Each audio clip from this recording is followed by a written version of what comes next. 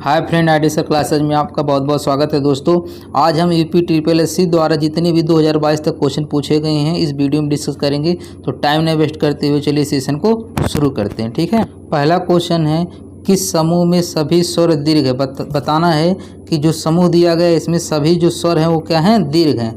तो देखिए दोस्तों, हम जानते हैं कि हमारा जो इसमें कौन सा ऑप्शन सही हो जाएगा, ए हो जाएगा। कौन सा हो जाएगा, ए, क्योंकि देखिए इसमें कुछ सभी दीर्घ है। जो अ होता है क्या होता है, ये ह्रस्व होता है। इसमें देखिए अ आ गया है इसलिए ह्रस्व हो जाएगा, इसमें भी अ आ गया है ह्रस्व हो जाएगा, और इसमें देखिए दोस्तों री आ गया है भी क्या हो जाएगा, ह्रस्व हो जाएगा। तो अब बचा ही कौन, यही एक ऑप्शन बचा जो इसमें सब दीर्घ स्वर हैं। तो देखिए ह्रस्व में कौन कौन से आते हैं दोस्तों, अ आता है, छोटी ई आता है, छोटा ऊ आता है और री।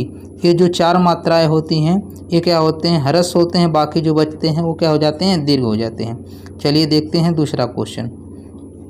दूसरा क्वेश्चन है, इसमें पूछा है किस समूह में वर्णों का उच्चारण स्थान मूर्धा है। ठीक है, यानी मूर्धा है। ठीक है, तो इसमें कौन सा हो जाएगा दोस्तों, आपको बताना है। तो कौन सा हो जाएगा, देखिए दोस्तों इसमें बी हो जाएगा। कौन सा हो जाएगा, इसमें बी हो जाएगा। क्यों बी हो जाएगा, देखिए अब आपको इतना अगर पता है कि देखिए जो हमारा होता है टै वर्ग, क्या होता है टै वर्ग, वो इसमें देखिए दोस्तों इसमें जो टै वर्ग होता है ये क्या होता है, मूर्धा होता है। क्या होता है, मूर्धा।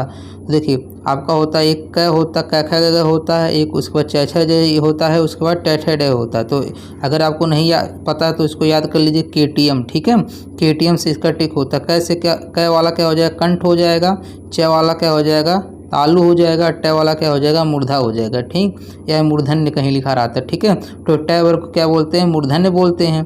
ठीक है, तो कौन सा ऑप्शन सही हो जाएगा, बी वाला, यानी टैट है। इसके साथ जो ये सा होता है ये भी मूर्धा होता है। ठीक है, और ये री भी क्या होता है, मूर्धा में आता है। ठीक है, तो इसका कौन सा ऑप्शन सही हो जाएगा, बी वाला सही हो जाएगा।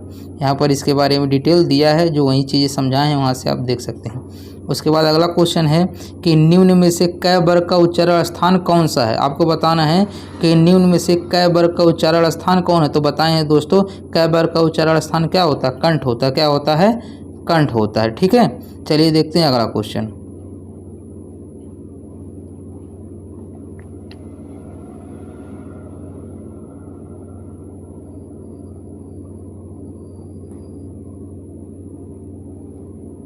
अगला क्वेश्चन है कि निम्नलिखित विकल्पों में से कौन सा दीर्घ स्वर नहीं है। बताना है कि इसमें कौन सा दीर्घ स्वर नहीं है, यानी ह्रस्व है। तो अब दोस्तों भी बताएं, ऊपर जो ई होता है, छोटी ई होता है, क्या होता है, ये ह्रस्व होता है। तो इसमें कौन सा सही हो जाएगा, सी हो जाएगा। ठीक है, यहाँ पर यही चीज़ें डिटेल में लिखा है। देखिए दोस्तों, ह्रस्व स्वर आपको बताए हैं, अ होता है, छोटी ई होता है, छोटे ऊ होता है और री होता है। बाकी जो बचते हैं वो क्या हो जाते हैं, ये दीर्घ हो जाते हैं। इसमें भी जो चार होते हैं दोस्तों ये संयुक्त स्वर होते हैं। अब देखिए दोस्तों, पूछा स का उच्चारण स्थान क्या होता है। तो अभी बताएं दोस्तों, ये स क्या कहलाता है, मूर्धा श कहलाता है। ठीक है, क्या कहलाता है, मूर्धा श कहलाता है। और देखिए दोस्तों, अगर ये श पूछे, ठीक है, ये स पूछे, ये वाला स क्या कहलाता है, तालु श कहलाता है। तालव्य स यानी इसको तालु बोलते हैं। ठीक है, इसको क्या बोलते हैं, तालव्य सा बोलते हैं। इस वाले को मूर्धा सा बोलते हैं। और ये बताए, इसको बोलते हैं दंती सा बोलते हैं। क्या बोलते हैं, दंती सा। ठीक है, तो ये हमारा पाँचवें का डी हो जाएगा। उसके बाद देखिए अगला क्वेश्चन पूछा है, यह र किस वर्ग के व्यंजन हैं। तो दोस्तों ये आपको पता होगा कि किस में आते हैं दोस्तों, अंतस्थ होते हैं। क्या होते हैं, अंतस्थ होते हैं। तो छठवा कौन सा सही हो जाएगा दोस्तों, बी वाला हो जाएगा। ये बहुत आसान क्वेश्चन पूछे हैं, अगर आप एक बार पढ़े होंगे तो आपको दिक्कत नहीं होगा। अगला क्वेश्चन है, निम्नलिखित में से कौन सा अंतस्थ है। तो अभी पढ़े हैं यह व र जो होता है ये क्या होते हैं, अंतस्थ होते हैं। तो सातवें कौन हो जाएगा दोस्तों, ए हो जाएगा। अभी ऊपर आप पढ़े देखिए, अंतस्थ क्या होते हैं दोस्तों, य व र ल होते हैं। तो ल आ गया ना, य व र ल, यही चार याद कर लीजिए, आपका काम हो जाएगा। चलिए देखते हैं क्वेश्चन नंबर अगला क्वेश्चन है, निम्नलिखित में से कौन सा स्वर कंठ तालव्य है। आपको बताना है कि कौन सा इसमें कंठ तालव्य है। तो देखिए इस कंठ के साथ तालु भी आया है। देखिए कंठ तालव्य यानी कंठ है प्लस तालव्य। तो कंठ तालव्य आपको बताना है कि कौन सा होगा। तो दोस्तों इसमें कौन सा होगा, डी वाला हो जाएगा। कौन सा ऑप्शन से हो जाएगा, डी वाला हो जाएगा।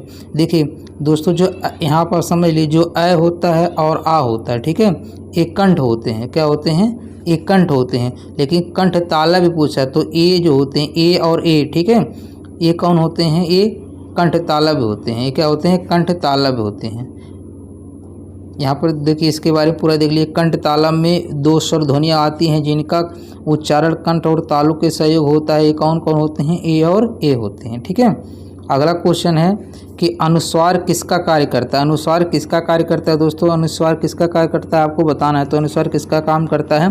पंचम वर्ण। किसी भी वर्ग का जो 5वां वर्ण होता है वो किसका काम करता है? अनुस्वार का करता है। तो क्या हो जाएगा? ये पंचम वर्ण हो जाएगा। तो 9 क्या हो जाएगा?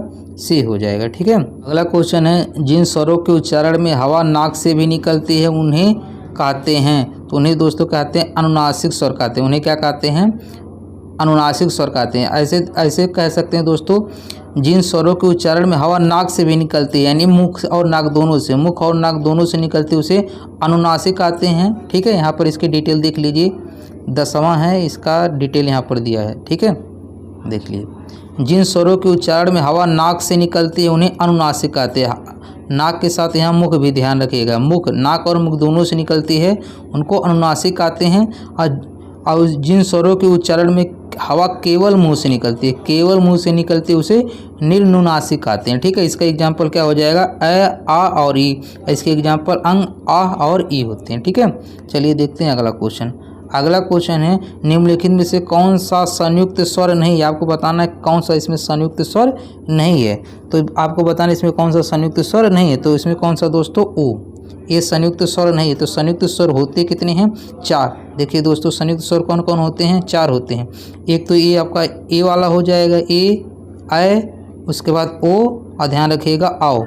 ठीक है। ये चारों क्या होते हैं? संयुक्त स्वर होते हैं। क्या होते हैं? चारों संयुक्त स्वर होते हैं। ये 4 संयुक्त स्वर होते हैं, ए, ऐ, ओ और आओ। ठीक है। यही चारों संयुक्त स्वर होते हैं। यहाँ पर देखिए इसकी डिटेल दिया है दोस्तों कि हिंदी वर्णमाला में कुल 11 स्वर होते हैं जो इस प्रकार हैं। ह्रस्व स्वर अ, ई, उ, री होते हैं। दीर्घ स्वर आ, बड़ी ई, बड़ा ऊ होते हैं। संयुक्त स्वर ए, ऐ, ओ, आ होते हैं। ठीक है। चलिए देखते हैं अगला क्वेश्चन। अगला क्वेश्चन है, देखिए अगला क्वेश्चन है दोस्तों, पूछा गया है कि निम्नलिखित में से कौन सा वर्ण दंत नहीं है? बताना है आपको, दंत इसमें नहीं है। तो इसमें बताना है कि कौन सा दंत नहीं है। तो कौन सा नहीं है दोस्तों? यह। ठीक है। क्योंकि दंत क्या होता है? त, थ, द, ध और ल भी होता है। ये सब दंत में आते हैं। ये व र ल किस में आते हैं? अंतस्थ में आते हैं। तो ये दंत नहीं है। ठीक है। ये दंत नहीं है। तो कौन सा ऑप्शन से हो जाएगा? डी वाला हो जाएगा। 12 का डी हो जाएगा। ठीक है। उसके बाद अगला है 13 वाला। देखिए दोस्तों अगला क्वेश्चन है 13 वाला कि हिंदी स्वरों का वर्गीकरण जब जीभ के भाग के आधार पर किया जाता है तो निम्नलिखित में से कौन सा भेद इसके अंतर्गत नहीं आता है? तो कौन सा नहीं आता? देखिए जब जीभ के भाग के आधार पर किया जाता है तो अग्र स्वर होता है, पश्च स्वर होता है और मध्य स्वर होता है, लेकिन इसमें विपरीत स्वर नहीं होता। तो कह रहा है कौन सा अंतर्गत नहीं आएगा? तो कौन सा नहीं आएगा दोस्तों? विपरीत स्वर नहीं आएगा। तो इसका कौन सा ऑप्शन से हो जाएगा? डी वाला हो जाता है। देखिए जीभ के आधार पर स्वर 3 प्रकार के होते हैं। एक अग्र स्वर होता है, मध्य स्वर होता है और पश्च स्वर होता है। ये भी इसको जान लीजिए। ठीक है। उसके बाद देखिए अगला क्वेश्चन। अगला क्वेश्चन है 14 नंबर। निम्नलिखित में से पार्श्विक ध्वनि कौन सा? आपको बताना है इसमें से पार्श्विक ध्वनि कौन सा है। तो इसमें कौन सा हो जाएगा दोस्तों? लय। ठीक है। लय क्या होता है? पार्श्विक ध्वनि होता है। अब देखिए इसमें 4 आता है, य, व, र, लय। ठीक है। तो दोस्तों जो र होता है ये लुंठित होता है। क्या होता है? ये लुंठित होता है। लय क्या होता है? पार्श्विक होता है। और जो य, व होता है ये अर्धस्वर होते हैं। य, व क्या होते हैं? अर्धस्वर होते हैं। र क्या होता है? लुंठित होता है। और जो लय होता है क्या होता है? पार्श्विक होता है। और चारों अंतस्थ होते हैं। चारों क्या होते हैं? अंतस्थ होते हैं। आपको समझ में आ गया होगा। तो देखिए अब क्वेश्चन नंबर अगला है 15 नंबर। ठीक है। अगला है 15 नंबर। इसमें पूछा है ट वर्ग उच्चारण की दृष्टि से किस प्रकार का ध्वनि है? तो आपको बताना है। तो ये तो बहुत आसान क्वेश्चन है। तो कौन सा हो जाएगा दोस्तों? इसका कौन सा हो जाएगा? इसका ट वर्ग क्या होगा? चलिए कमेंट कीजिए। तो इसका हो जाएगा मूर्धन्य हो जाएगा। बताएं ना, केटीएम। क्या बताएं ट्रिक? केटीएम। क, ख, ग, घ वाला क्या हो जाएगा? कंठ होता है। च, छ, ज, ह तालु हो जाता है। क, ख, ग, घ सॉरी क, ख, ग, ये हो जाएगा कंठ वाला हो जाएगा। च, छ, ज, झ तालु हो जाएगा। क, ख, ग अंगा, च, छ, ज, झ ट, ठ, ड, ठ जो होगा वो क्या हो जाएगा? मूर्धन्य हो जाएगा। केटीएम यानी यम एक क्या हो जाएगा? मूर्धन्य हो जाता है। ट वर्ग किस में आता है? मूर्धन्य में आता है। 15 के बाद अब देखिए इसका डी वाला ऑप्शन सही होगा। 15 के यहाँ दिया है, 15 के यहाँ देख लीजिए। ठीक है। 15 का कौन सा ऑप्शन सही है? ये ट वर्ग वाला। ट वर्ग क्या होता है? मूर्धन्य होता है। चलिए देखते हैं अगला क्वेश्चन। निम्नलिखित में से कौन सा दीर्घ स्वर है, आपको बताना है कि कौन सा दीर्घ स्वर है। ठीक है, तो भाई देखिए दीर्घ स्वर कौन सा होता है, ये आ होता है। क्या होता है, आ जो होता है ये दीर्घ स्वर होता है। अब देखिए दीर्घ स्वर में ए भी आएंगे, ए भी दीर्घ स्वर होता है, ए भी होता है, ये तो हर्ष स्वर होता है। ये क्या होता है, हर्ष स्वर होता है। और ओ भी किस में आता है, ये दोनों संयुक्त स्वर में आते हैं। किस में आएंगे, दोनों संयुक्त स्वर आएगा। इसमें हर्ष स्वर होता है तो बचा कौन, ये क्या हो जाएगा, दीर्घ स्वर। क्या हो जाएगा, ये दीर्घ स्वर हो जाएगा। ठीक है, स्वर क्या हो जाएगा, ए हो जाएगा। ठीक है, अब देखते हैं 17 वाला क्वेश्चन। 17 में कौन सा सही होगा, कह रहा च छ ज झ यहाँ का उच्चारण क्या होता है, कंठ के बाद क्या आता है, तालु। कंठ के बाद क्या आता है, तालु, KTM। ध्यान रखिएगा दोस्तों, KTM कंठ तालु, तो क्या हो जाएगा, तालु हो जाएगा। 17 कौन सा सही हो जाएगा, सी वाला हो जाएगा। ठीक है, अब देखिए क्वेश्चन नंबर 18। 18 में है प्रत्येक वर्ग का दूसरा और चौथा वर्ग क्या कहलाता है। आपको बताना है प्रत्येक वर्ग का जो दूसरा होता है ये चौथा होता है, दूसरा और चौथा क्या होता, क्या होगा। ठीक है, तो दोस्तों ये होता है महाप्राण। क्या होता है, महाप्राण होता है। क्या होता है दोस्तों, ये महाप्राण होता है। ठीक है, और जो पहला बचा कौन, पहला और तीसरा पांचवा, ये क्या होता है, अल्पप्राण। 1 3 5 क्या होता है, अल्पप्राण होता है, और 2 4 क्या होता है, महाप्राण। तो कौन सा ऑप्शन से हो जाएगा, इसका ए वाला हो जाएगा। इसको हम टिक से बता देते हैं आपको कैसे याद करना। देखिए अल्प प्राण ऐसे लिखा, कैसे लिखा जाता है, अल्प ऐसे लिखा जाता है, तो अल्प पहला अक्षर होता है। ठीक है, ये क्या होता है, पहला, तो 1 हो जाएगा। लय में देखिए कैसा लिखा है, इसे लग रहा है ना, ऐसे लिखा है, यानी इसको हम क्या पढ़ेंगे, 3 पढ़ेंगे। क्या पढ़ेंगे इसको, लय को हम क्या पढ़ेंगे, 3। अब पैसे क्या हो जाएगा, 5। पैसे क्या हो जाएगा, 5, यानी 1 3 5 क्या होगा, अल्प प्राण हो जाएगा। 1 3 5 क्या हो जाएगा, अल्प प्राण हो जाएगा। तो जो 2 4 बचा क्या हो जाएगा, वो महाप्राण हो जाएगा। ठीक है, 18 के बाद हम देखते हैं क्वेश्चन नंबर 19। ठीक है, क्वेश्चन नंबर 19, उच्चारण की दृष्टि से संबल ध्वनि कौन सा वर्गीकरण है। ठीक है, अब देखिए संबल जो होता है क्या होता है दोस्तों, बताना है आपका कौन सा इसमें सही हो जाएगा। तो इसमें कौन सा सही हो जाएगा, संपृक्त ध्वनि। क्या हो जाएगा इसमें, संपृक्त ध्वनि। जब देखिए दोस्तों आधा जो हमारा व्यंजन होता है, आधा व्यंजन पूरे व्यंजन से मिलता है, जहाँ पर उसको हम बोलते हैं संपृक्त ध्वनि। क्या बोलते हैं इसको, संपृक्त। जैसे आपका दिल्ली लिखा है, ठीक है, दिल्ली, ये भी क्या कहलाएगा, संपृक्त। ये क्या कहलाएगा, संपृक्त ध्वनि कहेगा, क्योंकि इसमें देखिए आधा व्यंजन पूरे व्यंजन से जब जुड़ता है, इसमें देखिए संबल में आधा व्यंजन पूरे व्यंजन से जब जुड़ता है तो क्या कहलाता है, वो संपृक्त ध्वनि कहलाता है। ठीक है, यहाँ पर इसके बारे में लिखा है, देख लीजिए। उच्चारण की दृष्टि से संबल संपृक्त ध्वनि का वर्गीकरण है जब एक ध्वनि 2 व्यंजनों से संयुक्त हो जाए। जब एक ध्वनि 2 व्यंजनों से संयुक्त हो जाए तब वह संपृक्त ध्वनि कहलाता है। यहाँ स और ब ध्वनियों के मध्य मैं ध्वनि संयुक्त होती है। ऐसे भी होता है जैसे हम बताएं, वैसे भी पहचान होती है। ठीक है, अगला क्वेश्चन है पूछा, हिंदी भाषा में ह्रस्व स्वरों की संख्या कितनी होती है। ह्रस्व स्वरों की संख्या कितनी होती है दोस्तों, 4 होती है। ह्रस्व स्वरों की संख्या 4 होती है। कौन कौन होता है, अ होता है, ई होता है, उ होता है और री होता है। यही क्या होते हैं, ह्रस्व स्वर होते हैं। ठीक है, बाकी जो बचता है उसको दीर्घ स्वर या संयुक्त स्वर में वर्गीकरण किया गया। तो 20 के बाद अब देखिए दोस्तों आता है 21 नंबर। ठीक है, अब हम पढ़ेंगे क्वेश्चन नंबर 21 को। तो 21 में देखिए कह रहा है लिपि चिन्हों के क्रमबद्ध समूह को क्या कहते हैं। आपको बताना है कि लिपि चिन्हों के क्रमबद्ध समूह को क्या कहते हैं। तो क्या कहते हैं दोस्तों, वर्णमाला कहते हैं। लिपि चिन्हों के क्रमबद्ध समूह को क्या कहते हैं, वर्णमाला कहते हैं। ठीक है, तो आपको ध्यान रखना है, ये भी क्वेश्चन काफ़ी इंपॉर्टेंट है। हिंदी भाषा की सबसे छोटी इकाई क्या होती है, ध्वनि विधि के लेटेस्ट जो वीडियो के एग्जाम है क्वेश्चन पूछा गया था। हिंदी भाषा की सबसे छोटी इकाई क्या होती है, ध्वनि होती है। इसी ध्वनि को ही बड़ कहा जाता है। इसी ध्वनि को ही क्या कहा जाता है, बड़ कहा जाता है। और बड़ों के क्रमबद्ध समूह को क्या कहा जाता है, बड़माला कहा जाता है। हिंदी में 52 बड़ होते हैं। कितने होते हैं, 52 होते हैं। अगला क्वेश्चन है 22 नंबर। इसमें देखिए क्वेश्चन कहा है कि ऐसी कौन सी 2 मात्राएं हैं जिनका प्रयोग तो किया जाता है किंतु इनका समावेश स्वर में नहीं किया जाता है। तो आपको बताना है इसमें कौन सा है। तो इसमें दोस्तों हम जानते हैं अंग और है। ठीक है, ये दोनों स्वर हैं लेकिन इनका प्रयोग स्वर के रूप में किया जाता है। देखिए यहाँ लिखा है जिनका प्रयोग तो किया जाता है लेकिन स्वर में इनका गिनती नहीं किया जाता है। तो कौन हो जाते हैं, अंग और है, ये दोनों स्वर में इनकी गिनती नहीं होती, बस इनका प्रयोग किया जाता है। ठीक है, 22 के बाद अब देखिए 23। करेक्ट, किस व्यंजन का उच्चारण स्थान तालव्य है। क्या है बताना आपको, इसमें तालव्य है। तो तालव्य कौन सा है दोस्तों, आपको बताना है। ठीक है, तो इसमें कौन सा हो जाएगा दोस्तों, झ हो जाएगा।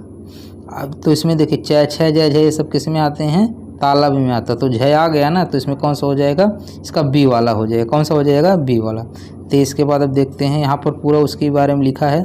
तो यहाँ पर थोड़ा सा इसको देख लीजिए दोस्तों, यहाँ देख लीजिए कि कै वर्ग और जिसमें आ और है आते हैं कंठ में आते हैं छ वर्ग में। छ वर्ग में क्या, छ वर्ग को हम तालु बोलते हैं। इसमें छ वर्ग आता है, ई आता है, बड़ी ई आता है, यह आता है और ये शय आता है। और ट वर्ग को हम लोग मूर्धन्य बोलते हैं। इसमें री र शय आता है। तय वर्ग को हम दंत बोलते हैं। इसमें लय आता है और शय आता है, तय वर्ग आता है। ओष्ठ किसको बोलते हैं? पय वर्ग को बोलते हैं। इसमें छोटा ऊ बड़ा ऊ आता है। कंठ तालव ए और ए होते हैं। और कंठोष्ठ कौन होते हैं? ओ और औ होते हैं। दंतोष्ठ क्या होते हैं? वह होता है। इतना आपको इसकी साल ले लीजिए, इसको ध्यान रखिएगा, ठीक है। अगला क्वेश्चन है, जिन ध्वनियों की गणना न स्वर में की जाती है न व्यंजन में की जाती है, ठीक है। जिन ध्वनियों की गणना न स्वर में की जाती है और न व्यंजन में की जाती है उसको क्या बोलते हैं? तो उसको दोस्तों बोलते हैं अयोगवा। उसको क्या बोलते हैं दोस्तों? अयोगवा। इसका ना तो गणना स्वर में किया जाता है न व्यंजन में किया जाता है। देखिए इसके बारे में यहाँ पर लिखा हुआ है, ठीक है। यहाँ पर देखिए कि जिन ध्वनियों की गणना न स्वर में की जाती है और न व्यंजन में, उससे अयोगवाह कहते हैं। जैसे अनुस्वार जो ऊपर एक बिंदी होता है ऐसे, ठीक है। विसर्ग, ठीक है। विसर्ग के बारे में यहाँ देखिए, जैसे होता है ना लास्ट में लगा होता है दो बिंदी, जैसे अतः लिखते हैं, ठीक है। ये सब अयोगवाह कहलाते हैं। अयोगवाह का अर्थ है योग ना होने पर भी जो साथ रहे। ये स्वर और व्यंजन दोनों में उपयोग होते हैं। अगला क्वेश्चन है कि स्वर तंत्रियों के आधार पर व्यंजनों को कितने वर्गों में बांटा गया है, ठीक है। तो दोस्तों स्वर तंत्रियों के आधार पर व्यंजन को कितने वर्गों में बांटा गया है? तो कितने बांटा गया है? दो में बांटा गया। कितने बांटा गया है? दो में। कौन कौन? एक को सघोष बोलते हैं, एक को अघोष, ठीक है। आइए यहाँ पर देख लेते हैं। देखिए स्वर तंत्रियों के आधार पर व्यंजन को दो वर्गों में बांटा गया। एक सघोष होता है, एक अघोष होता है। नाद की दृष्टि से जिन व्यंजन वर्णों के उच्चारण में स्वर तंत्रियाँ झंकृत होती है वे सघोष और जिनमें झंकृत नहीं होती है अघोष व्यंजन कहलाते हैं। सघोष में नाद का प्रयोग होता है और अघोष में श्वास का उपयोग होता है। वर्गीय व्यंजन का पहला तथा दूसरा, ध्यान रखिएगा, सबसे इम्पोर्टेंट यही चीज़ है कि वर्गीय व्यंजन का पहला और दूसरा वर्ण और तीनों स जो होते हैं, ठीक है, ये तथा सभी स्वर अघोष होते हैं। ध्यान रखिएगा, पहला और दूसरा और तीनों जो स होते हैं और सभी जो स्वर होते हैं ये सब अघोष कहलाते हैं। बाकी जो वर्गीय व्यंजन का है तीसरा, चौथा और पांचवा और ये र ल व और उसके साथ है ये किस में आ जाते हैं? सघोष में आ जाते हैं। ध्यान रखिएगा दोस्तों, यहाँ से उस वाला कट के इसमें आ जाता है वाला, ठीक है। इस किस में आ जाता है? सघोष में आ जाता है। आपको इसकी साल ले लीजिएगा, इतना लिख लीजिएगा, ठीक है। अगला क्वेश्चन है, जिह्वा की नोक जब ऊपर के दांतों की पंक्ति के सामने वाले दांत के ऊपरी हिस्सों के संपर्क में आकर वायु के प्रवाह को अवरुद्ध करती है, ऐसे उच्चारण स्थान को कहा जाता है। तो ऐसे उच्चारण स्थान को दोस्तों क्या कहा जाता है? इसको वर्तस्य कहा जाता है। क्या कहा जाता है? वर्तस्य कहा जाता है, ठीक है। आइए इसके बारे में थोड़ा सा देख लेते हैं। ठीक, जिह्वा का नोक जब ऊपर के दांतों के पंक्ति के सामने वाले दांत के ऊपरी हिस्सों के संपर्क में आकर वायु के प्रवाह को अवरुद्ध करती है, तो ऐसे उच्चारण स्थान को वर्तस्य कहते हैं। वर्तस्य के अंतर्गत न स र ल आते हैं, ठीक है। उसके बाद अगला क्वेश्चन है, इनमें से कौन सी देवनागरी लिपि का बड़ ध्वनि नहीं है? बताना है कि देवनागरी लिपि का बड़ ध्वनि नहीं है। तो देखिए दोस्तों इसमें मूर्धा भी आप पढ़े हैं, दंतोष्ठ भी पढ़ते हैं, कंठ भी पढ़ते हैं, लेकिन गिरवा ध्वनि नहीं पढ़ते हैं। तो इसमें देवनागरी में कौन सा नहीं है? गिरवा ध्वनि नहीं है, ठीक है। चलिए देखते हैं अगला क्वेश्चन। अगला क्वेश्चन है कि भाषा की सार्थक लघुत्तम इकाई किसे माना जाता है? देखिए दोस्तों ये काफ़ी क्वेश्चन इंपॉर्टेंट है। इसमें पूछा है भाषा की सार्थक, जब सार्थक लगा देगा दोस्तों तो वहाँ पर शब्द हो जाएगा। क्या हो जाएगा? वहाँ पर शब्द हो जाता है, ठीक है। लेकिन भाषा के अगर देखिए भाषा की लघुत्तम इकाई पूछेगा तो बड़ या ध्वनि होता है, ठीक है। भाषा की लघुत्तम इकाई क्या माना जाता है? बड़ को माना जाता है। लेकिन अगर भाषा की सार्थक लघुत्तम इकाई पूछ ले तो क्या हो जाएगा? शब्द हो जाएगा। यहाँ सार्थक पूछा है तो क्या हो जाएगा? शब्द हो जाएगा। देखिए इसके बारे में डिटेल दी है, यहाँ से स्क्रीनशॉट लेके आप पढ़ सकते हैं, ठीक है। 28 के बाद देखिए 29 वाला, ठीक है। 29 है, किस स्वर के उच्चारण में दीर्घ स्वर से भी अधिक समय लगता है? तो पूछा है कि किस स्वर के उच्चारण में दीर्घ स्वर से भी अधिक समय लगता है। देखिए दोस्तों एक मात्रक समय किस में लगता है? ह्रस्व में, ठीक है। और दो मात्रक समय किस में लगता है? दीर्घ में, ठीक है। और दो दीर्घ स्वर से भी अधिक किस में लगता है? प्रलुप्त में लगता है। किस में लगता है? प्रलुप्त में लगता है। ठीक है, जिसे हम लोग ओम लिखते हैं। कैसे लिखते हैं? ओम। ठीक है, तो इसमें दो मात्रा से या दीर्घ स्वर से भी अधिक समय लगता है, उसे हम क्या कहते हैं? प्रलुप्त कहते हैं। ठीक है, यहाँ पर इसके बारे में दिया है, यहाँ से आप पढ़ सकते हैं। ठीक है, उसके बाद अगला है कि प्रत्येक शब्द की वर्तनी के सभी वर्णों को उसी क्रम में अलग अलग दिखाना क्या कहलाता है? तो दोस्तों ये कहलाता है बड़े विच्छेद कहलाता है। क्या कहलाता है? बड़े विच्छेद। ये देखिए इसमें कहा है प्रत्येक शब्द की वर्तनी की सभी वर्णों को उसी क्रम में अलग अलग दिखाना बड़े विच्छेद कहलाता है, न कि संधि विच्छेद। ठीक है, अगला क्वेश्चन है 31 नंबर।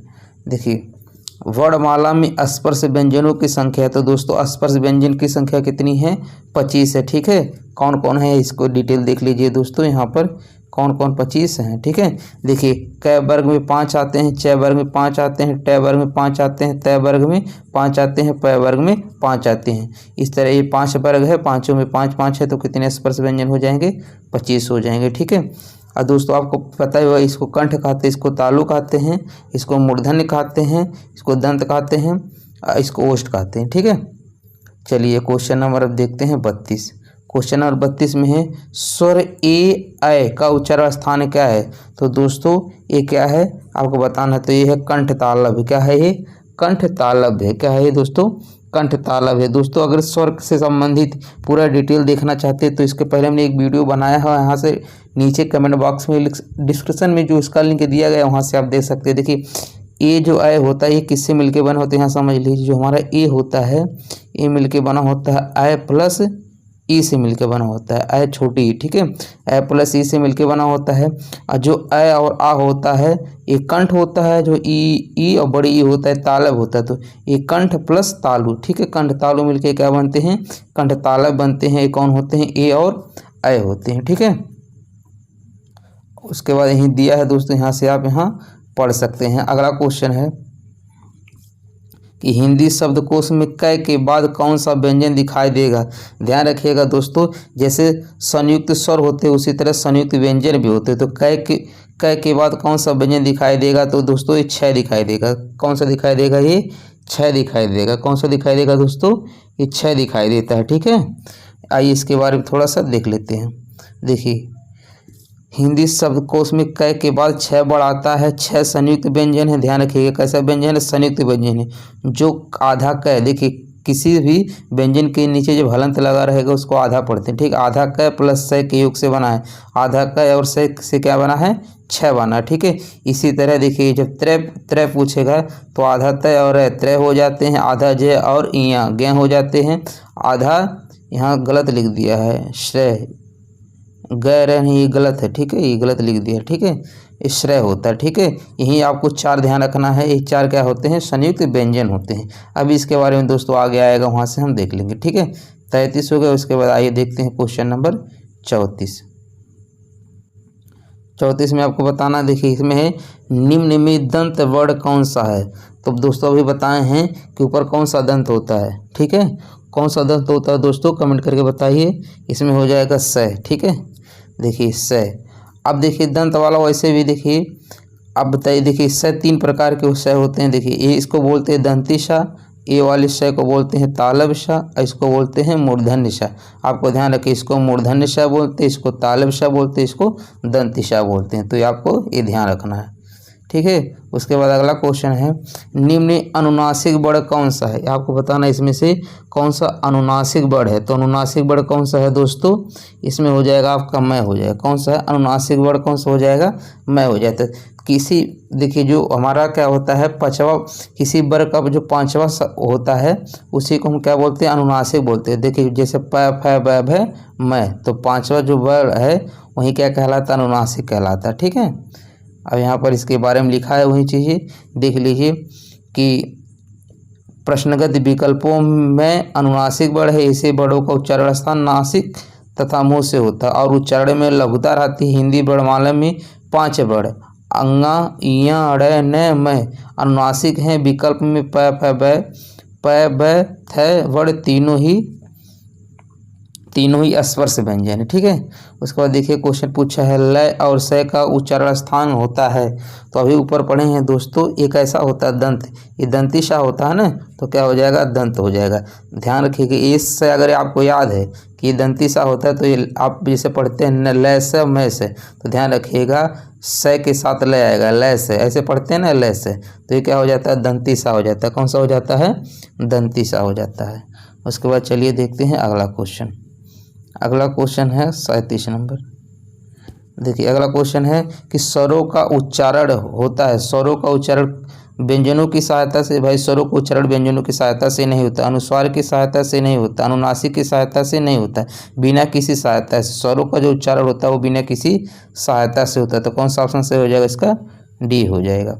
अगला क्वेश्चन है निम्न में से कौन सा शब्द प्रत्यय और उच्चारण के आधार पर व्यंजन का वर्गीकरण नहीं है। ठीक है, तो इसमें बताना है कि प्रत्यय और उच्चारण के आधार पर व्यंजन का वर्गीकरण नहीं है। तो कौन सा नहीं है दोस्तों, इसमें सघोष हो जाएगा। इसमें कौन सा हो जाएगा, सघोष हो जाएगा। आइए इसके बारे में देख लेते हैं। देखिए यहाँ पर इसका दिया है कि दिए गए विकल्पों में प्रत्यय उच्चारण के आधार पर सघोष व्यंजन का वर्गीकरण नहीं है। नाद की दृष्टि से जिन व्यंजन वर्णों का उच्चारण स्वर तंत्रियों झंकृत होती है वे घोष या सघोष, ठीक है, चाहे घोष लिखा रहे चाहे सघोषित ही होता है, कहलाते हैं, और उनमें इसे झंकृत नहीं होती है, वो अघोष कहलाते हैं।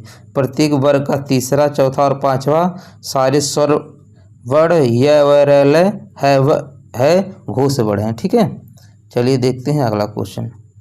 अगला क्वेश्चन है जिन स्वरों के उच्चारण में दो मात्रा का समय लगता है या ह्रस्व से दुगना समय लगता है। ध्यान रखिए, कह रहा है जिन स्वरों के उच्चारण में दो मात्रा का समय लगता है या ह्रस्व से दुगना समय लगता है उसे कहते हैं। तो ह्रस्व के बाद क्या आता है, दीर्घ आता है। ठीक है, और दीर्घ को ही गुरु भी बोला जाता है। ध्यान रखिएगा, क्या बोला जाता है, दीर्घ को गुरु।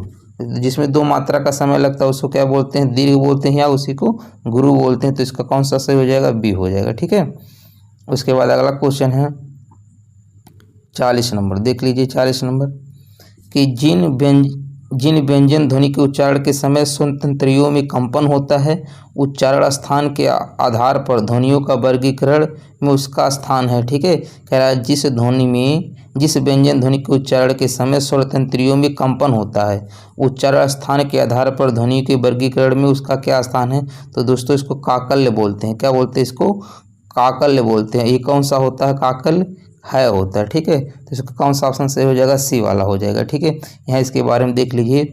जिस व्यंजन में ध्वनि के उच्चारण के समय स्वर तंत्री में कंपन होता है, अर्थात जिसका उच्चारण स्वर यंत्र मुख से होता है, उन्हें काकल व्यंजन कहते हैं। इसके अंतर्गत है व्यंजन आता है। कौन सा आता है, तो इसमें ये भी इंपॉर्टेंट क्वेश्चन पूछा जाता है कि इसमें से काकल व्यंजन कौन सा है। तो दोस्तों है। ठीक है, अगला है निम्न में से कौन सा शब्द स्वर का वर्गीकरण नहीं है। तो दोस्तों इसमें कौन सा स्वर का वर्गीकरण नहीं है, आपको बताने तो बहुत आसान क्वेश्चन है, आपको कमेंट करके बताइए कि कौन सा होगा। दोस्तों इसमें द्वित्व हो जाएगा। ह्रस्व पढ़े हैं, ह्रस्व होता है, दीर्घ होता है, प्लुप्त होता है और संयुक्त, ये सब स्वर के प्रकार होते हैं, लेकिन द्वित्व स्वर के प्रकार नहीं होते हैं। ठीक है, यहाँ पर इसके बारे में डिटेल दिया है, यहाँ से आप देख सकते हैं। उसके बाद अगला क्वेश्चन है निम्नलिखित में से कौन सा मूल दीर्घ स्वर नहीं है, बताना है। इसमें मूल दीर्घ स्वर नहीं है। तो देखिए दोस्तों, आ जो होता है ये मूल दीर्घ स्वर होता है। जो ई होता है, बड़ी ई होता है, ये भी होता है।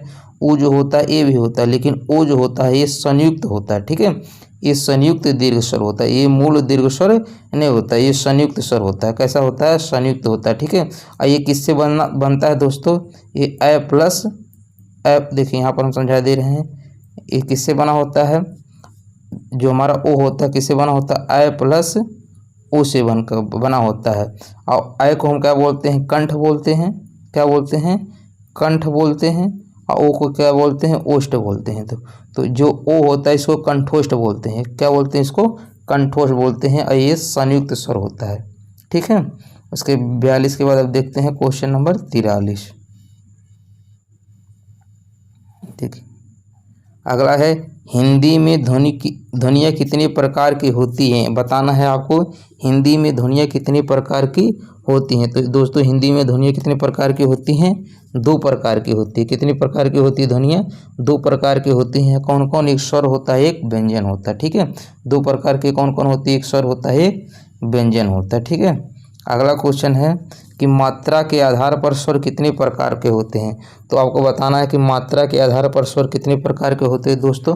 तो देखिए मात्रा के आधार पर जो स्वर होते हैं मेन रूप से 2 ही प्रकार के होते हैं, ह्रस्व स्वर और दीर्घ स्वर, ठीक है। ह्रस्व स्वर और दीर्घ स्वर। प्लुप्त को नहीं माना जाता है, कहीं किताब पे प्लुप्त को भी मान लिया जाता है, ठीक है। लेकिन आपको ध्यान रखना है 2 ही होता है। और देखिए जिह्वा के आधार पर स्वर कितने प्रकार के होते हैं, आपको बताना है जिह्वा के आधार पर स्वर कितने प्रकार के होते हैं। तो जिह्वा के आधार पर दोस्तों 3 प्रकार के होते हैं। सॉरी, जिह्वा के आधार पर स्वर कितने प्रकार के होते हैं, 3 प्रकार के होते हैं। कौन कौन होते हैं, अग्र स्वर होता है, मध्य स्वर होता है और पश्च स्वर होता है, ठीक है। कितने प्रकार के होते हैं, यहाँ पर देख लीजिए 3 प्रकार के होते हैं, ठीक है। देखिए इसको याद करने का सबसे आसान ट्रिक होता है, आप याद कर लीजिए मध्य स्वर कौन होता है, अय होता है, ठीक है।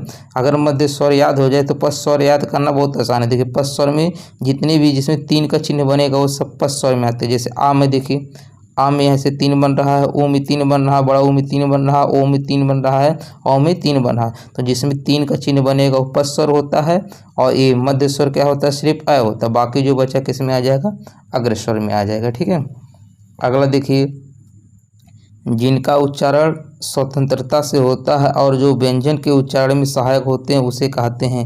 कह रहा है जिनका उच्चारण स्वतंत्रता से होता है, जो व्यंजन के उच्चारण में सहायक होते हैं वो स्वर कहलाते हैं। वो क्या कहलाते हैं, स्वर कहलाते हैं। ये तो बहुत आसान क्वेश्चन था। देखिए ग्राम विकास अधिकारी में पूछा था। कह रहा है ई, बड़ी ई, च, छ, ज, झ आदि यहाँ का उच्चारण किससे होता है। तो अब जान ही रहे तो कंठ तालु, ये किससे हो जाएगा, तालब से हो जाएगा। किससे हो जाएगा, तालब से हो जाएगा, ठीक है। कंठ के बाद क्या होता है, तालु होता है, तो ये हो जाएगा तालब से, ठीक है।